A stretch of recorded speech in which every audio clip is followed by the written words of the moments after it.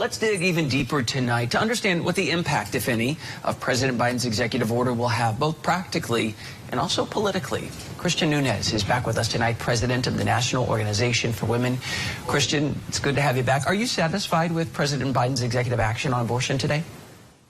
Well, thanks for having me back, Chance. I think it is a great start, but what we definitely need to see is a swift implementation of the plan. And we still need action by Congress to work on codifying Roe into the federal legislation.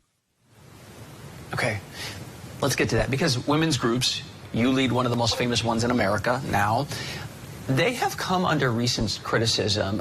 And the gist of this is that a 14, maybe 16-week cutoff, federal abortion protection might be possible, but women's groups are the ones who will not accept any restrictions, and they're the ones actually standing in the way of that happening. Are you willing to budge on some things?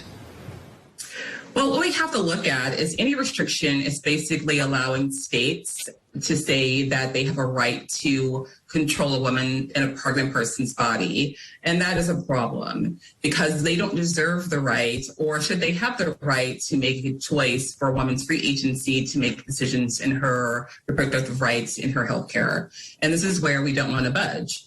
You know, ultimately, when we're looking at reproductive rights and access, these bans are really, truly a form of power control. This is not about religion. It's not about faith. It's not about saving lives at all. So we cannot budge on this. We have to make sure that we are codifying and protecting reproductive rights in healthcare. And we just can't make any budges at all on this. But let's level with each other. A restriction-free on-demand bill is not going to pass. Even a lot of Democrats have a problem with that. The vast majority of Americans, they support abortion rights, but they want a cutoff. To say we want something, we want everything or nothing at all. Are you willing to take responsibility for that you are the one standing in the way?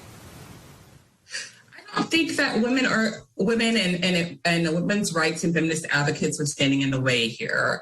I think what we're seeing is that extremists are standing in the way here because they are willing to put lives at risk by having extreme abortion bans that are literally profiling childbearing persons, profiling women. They're willing to not make exceptions for rape and incest, victims of crime. They're willing to essentially cut off medications for people who have autoimmune diseases and cancers so that they can try to control bodily autonomy.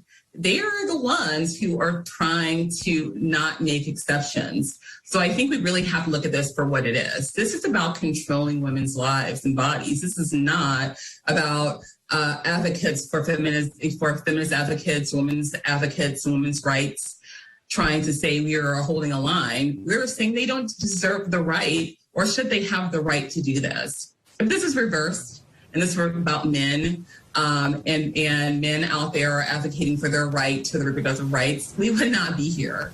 Finally, Christian, can you make the case for us here tonight that abortion is moving up in the terms of importance in the polls, but the economy, you know, if people are saying, I don't know if I'm going to have a job, or I know for sure I can't afford my car bill or groceries, you know, abortion has to slide down in my list of priorities, that should be the make or break vote for people?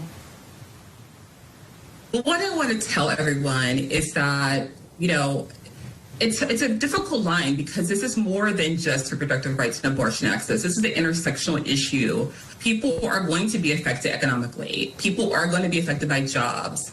This can't be looked at as a silo issue. So we have to look at it as the primary priority when we are voting. Because if someone can't, you know, afford to go to work because they're having health issues, because they can't get an abortion and they're finding themselves in an emergency, or if someone can't afford to take care of their children, or they can't afford these different things, it crosses all lines. It crosses economic issues. It crosses racial justice issues. It crosses healthcare issues. It crosses housing issues. So we can't deny the fact that this becomes the intersectional issue that affects everyone, and it becomes the economic issue that affects all of us.